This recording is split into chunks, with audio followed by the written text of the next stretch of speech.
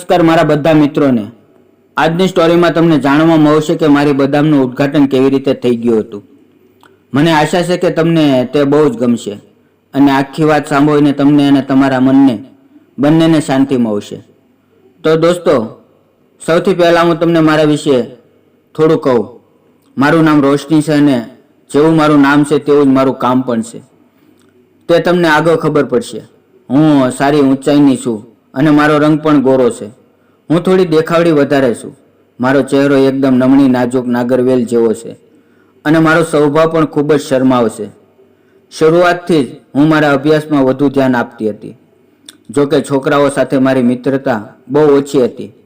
તેમ છતાં હું બધા સાથે વાત કરતી હતી. ઘણા બધા છોકરાઓએ મને પ્રપોઝ કર્યું, પણ મેં બધાને પ્રેમથી ના પાડી દીધી. કેમ કે તમને કીધું તેમ હું એકદમ શરમાળ અને સીધી છોકરી હતી. પણ દોસ્તો, જે વર્ષે મેં કોલેજમાં એડમિશન લીધું, મારું સીધી સિમ્પલ છોકરી રહેવાનો સમય પૂરો થવા લાગ્યો. કોલેજમાં એક શીતલ નામની છોકરી સાથે મારી મિત્રતા થઈ. શરૂઆતમાં મને લાગ્યું કે તે પણ મારા જેવી સ્વભાવની છે, પણ જ્યાં સુધી હું તેને સમજી શકતી હતી ત્યાં સુધીમાં હું ખાટલા કબડ્ડીની રમતમાં ડિગ્રી કરવા લાગી હતી અને મને બગાડવાનો પૂરેપૂરો શ્રેય મારી બહેનપણી શીતલને જાય છે. અમે બંને હોસ્ટેલના એક જ રૂમમાં રહેતા હતા.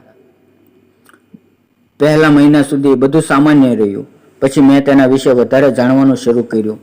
કોલેજના ઘણા છોકરાઓએ તેને મારી સાથે ફ્રેન્ડશિપ કરાવવા માટે કહ્યું, કારણ કે હું છોકરાઓ સાથે વધુ વાત નહોતી કરતી. પણ મેં બધાને ના પાડી. પછી એક રાત્રે જ્યારે મેં મારી આંખ ખોલી તો મેં જોયું કે શીતલ કોમ્પ્યુટર પર એક મૂવી જોઈ રહી હતી અને તેને રમાડી રહી હતી. મેં તેને બીવડાવવાનું વિચાર્યું અને હું ઊભી થઈ ગઈ અને રાયડું પાડવા લાગી. આ બધું શું છે? પરંતુ તેણે મને કહ્યું, તું કેમ રાયડું પાડી રહી છો? તું પણ જો. હવે નાના બાળકોની ટેવો ભૂલી જાઓ અને જુવાન લોકો જેવું વર્તન કરો. તે સાચી હતી. તેથી મેં પણ તેની સાથે મળીને કબડ્ડીનું મૂવી જોવાનું શરૂ કર્યું. જ્યારે મેં તેને પહેલી વાર જોયું ત્યારે તે વિચિત્ર પણ લાગ્યું અને સારું પણ. મને ખ્યાલ પણ ન આવ્યો અને હું પણ મારી ડાબલીને રમાડી રહી હતી. એટલે શીતલ આ જોઈને હસવા લાગી. પછી તેણે કહ્યું, શરમાશ નહીં, આરામથી રમાડી લે. હું શરમાતી હતી, તેથી તેણે પહેલાં તેને ડાબલી બહાર કાઢી. થોડી ગરમ અનુભવતા હું પણ તેની સામે ડાબલી કાઢીને ઊભી રહી ગઈ. પછી હું મૂવી જોતી વખતે મારી ડાબલીને પ્રેમથી રમાડવા લાગી. 5 મિનિટ પછી મને એક વિચિત્ર મજાનો અનુભવ થયો અને એ પણ મજાને અનુભવ લેવા લાગી. પછી અચાનક બારીમાંથી પાણી ઢોળાઈ ગયું. હું હસી પડી અને શીતલે ફરી કહ્યું, તને તેને રમાડવી કેવી લાગી? મેં કહ્યું, યાર મજા આવી ગઈ. મેં આ પહેલાં ક્યારેય આવી મજા નથી કરી. તેણે પૂછ્યું, આના કરતાં વધુ મજા આવે એવું તું ઈચ્છે છે? મેં કહ્યું, કેવી રીતે? તેથી તેણે કહ્યું, હું તમારા માટે તેની વ્યવસ્થા કરી શકું છું. હું થોડી ડરી ગઈ અને કહ્યું, ના દોસ્ત, પછી આ બધું રમત રમવી યોગ્ય છે? જો તમે પહેલાં જ રમી લેશો તો બધા તમને ખટારો સમજશે. તેણે કહ્યું, જ્યાં સુધી કોઈ પકડાઈ ન જાય અને કોઈને ખબર ન પડે ત્યાં સુધી કોઈ કશું કહેતું નથી. તે સાચી જ હતી. તેથી મેં કહ્યું, કોઈને ખબર નહીં પડે ને? તેણે મને પ્રોમિસ આપી કે તે કોઈને ખબર નહીં પડે. મેં બીતા બીતા હા પાડી. પછી તેણે તેના ફોન પરથી કોઈને ફોન કર્યો અને સીધું કહ્યું, મારી બહેનપણી રોશની કબડ્ડી રમવા માંગે છે, કાલે તૈયાર રહેજે. મેં પૂછ્યું, તે કોણ છે? તો તેણે કહ્યું, કાલે તું જોઈ લેજે. હવે સારી રીતે સૂઈ જા, કેમ કે કાલે તું ખૂબ જ થાકી જઈશ. આવતીકાલ વિશે વિચારતા વિચારતા મને ક્યારે ઊંઘ આવી ગઈ તેનું મને ભાન ન રહ્યું. બીજે દિવસે સવારે હું જાગી ગઈ. શીતલ પહેલેથી જ જાગી ગઈ હતી. આજે અમે બંને કોલેજ ગયા હતા. તેણે મને કહ્યું, સારી રીતે તૈયાર થઈ જા, કેમ કે આજે તને સારી રીતે ડાબલી કબડ્ડી રમાડવામાં આવશે. મેં શરમથી ચાદરમાં મારો ચહેરો છુપાવી દીધો. તેણે કહ્યું, અરે યાર, તું પહેલેથી જ કેમ શરમાય છે? આજે તને બેશરમ બનવાનો વારો છે. જા અને ઝડપથી તૈયાર થઈ જા. હું તૈયાર થઈને આવી. તેણે મને એક ડ્રેસ આપ્યો. મેં કહ્યું, મેં આવા કપડાં ક્યારેય નથી પહેર્યા. તેણે કહ્યું, આજે હું તને જેમ કહું તેમ કરતી જા. તેને પહેરી લે અને બહાર જતી વખતે હું તને એક લાંબુ જેકેટ આપીશ. કોઈ વોલીબોલને જોશે નહીં.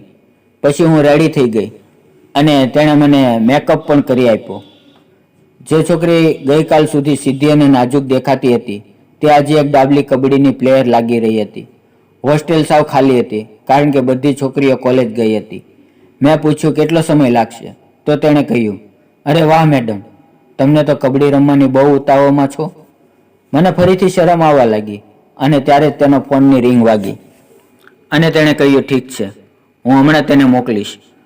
પછી શીતલે રૂમની બહાર ડોક્યું કર્યું અને મને કહ્યું, રસ્તો સાફ છે. હોસ્ટેલના ગેટની બહાર એક કાર ઊભી છે.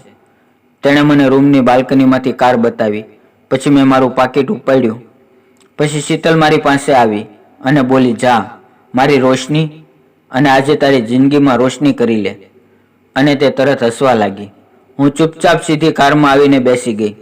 તેમાં માત્ર એક ડ્રાઈવર હતો. 10 મિનિટ પછી કાર એક મોટી બિલ્ડિંગ સામે આવીને ઊભી રહી. ડ્રાઈવરે કહ્યું, મેડમ, તમારે અહીંયા નીચે ઉતરવું પડશે. હું નીચે ઉતરી ગઈ અને ડ્રાઈવર ચાલ્યો ગયો. એટલામાં જ મારો ફોન વાગ્યો. મેં તે રિસીવ કર્યો અને તેમાં મને એક છોકરાએ કહ્યું, મેં તને બિલ્ડિંગના ગેટ પર આવવાનું કહ્યું હતું. તું આવી ગઈ છો? તો તું સીધી ફ્લેટ નંબર 312ની અંદર આવી જા. મેં લિફ્ટ લીધી, 8મા ફ્લોર પર પહોંચી અને ફ્લેટની બેલ વગાડી. ગેટ ખોલતાની હું તરત ચોંકી ગઈ. હું કંઈ સમજું તે પહેલાં તેણે મારો હાથ પકડીને અંદર લઈ જઈને દરવાજો બંધ કરી દીધો. રૂમમાં મારી કોલેજનો એક સિનિયર વિદ્યાર્થી હતો જેનું નામ નિકુંજ હતું. તે દેખાવમાં કંઈ ખાસ નહોતો પણ એકદમ ઊંચો અને મજબૂત હતો. હું ચોંકી ગઈ અને કહ્યું, સાહેબ તમે? તેણે કહ્યું, હા હું. આવ અને સોફા પર બેસ. હવે મને વાત કરતાં વધુ બીક લાગતી હતી. તે સમજી ગયો કે હું ડરી ગઈ છું. તેણે કહ્યું, ડરશો નહીં, આરામથી બેસો. હું ત્યાં બેસી ગઈ. તે ખૂબ જ નમ્રતાથી વાત કરતો હતો. નિકુંજે કહ્યું, ગભરાશો નહીં, કંઈ નહીં થાય. તમે કંઈ પીવા માંગો છો?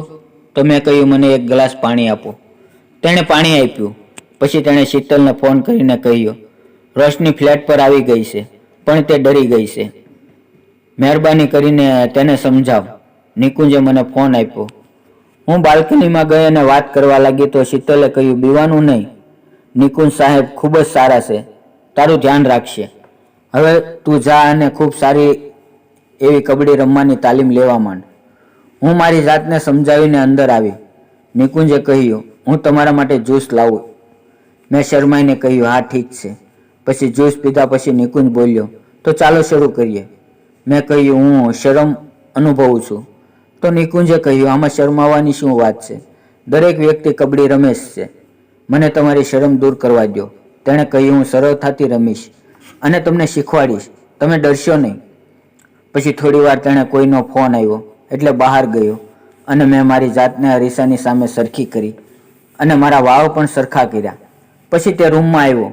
નિકુંજ સોફા પર બેસીને મારી રાહ જોતો હતો. મારી આ હાલત જોઈને મને શરમ આવી. નિકુંજે કહ્યું, દોસ્ત, તું બહુ સુંદર છે. તું કોલેજમાં આવીને ત્યારથી હું તને જ જોતો હતો. બેસ. હું તેની સામે બેસી ગઈ. પછી નિકુંજે કહ્યું, તો ચાલો રમવાનું શરૂ કરીએ. અને તેણે પડદા બંધ કરી દીધા. પછી નિકુંજ મારી પાસે આવ્યો અને મારી સામે જોવા લાગ્યો. હું ઊભી થઈને મારી નજીક આવ્યો અને હું થોડી પાછળ ગઈ તો નિકુંજ હસવા લાગ્યો. નિકુંજ એકદમ ફિલ્મનો હીરો જેવો દેખાતો હતો પરંતુ તેનો દેખાવ હીરા જેવો નહોતો. અને નિકુંજ તરત સમજી ગયો કે મને કબડ્ડી રમવા માટે તૈયાર કરવી એટલી સરળ નથી. તે મારી નજીક આવ્યો અને મારી આંખોમાં જોયું અને કહ્યું, આજે બધું ભૂલી જાઓ, બસ આ સમયનો આનંદ લ્યો. અને મેં આ બધું જોઈને મારી આંખો મોટી થઈ ગઈ અને પછી મારી આંખો આપોઆપ બંધ થઈ ગઈ. હું તે ક્ષણમાં આનંદ લેવા લાગી. પછી લગભગ 2 મિનિટ સુધી. અને પછી તેણે મને મૂકી દીધી. મેં મારી આંખો ખોલી. હવે મારો ડર દૂર થઈ ગયો હતો અને હું હસતી હસતી નીચે જોઈ રહી હતી. નિકુંજે કહ્યું, દોસ્ત, તું એટલી નમણી અને મસ્ત લાગા છો કે મને મારી જાત પર નવાઈ લાગે છે કે આજે આપણે ડાબલી કબડ્ડી રમશું. તો દોસ્તો, આગળ શું થયું તે બહુ જલ્દી આપણી ચેનલ પર આવશે, તો તે જોવાનું ભૂલતા નહીં. અત્યારે જ આપણી ચેનલને સબસ્ક્રાઈબ કરીને બેલ વગાડી દો એટલે નવી વિડીયો બધાની પહેલાં તમારા ફોન ઉપર આવે. આગળની વાર્તા ભાગ 2માં જાણવા મળશે. વિડીયો પૂરેપૂરો જોવા બદલ આપ સૌનો ખૂબ ખૂબ ધન્યવાદ. ફરી મળશું આવતીકાલે એક નવી વાર્તામાં. ત્યાં સુધી આવજો.